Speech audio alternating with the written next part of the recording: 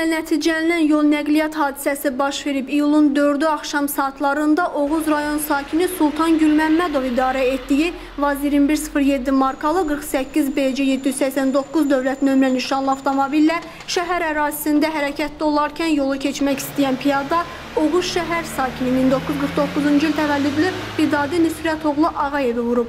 Müxtəlif dərəcəli bədən xəsarətləri alan Vidadi Ağayev Oğuz Mərkəzi rayon xəstəxanasına yerləşdirilib.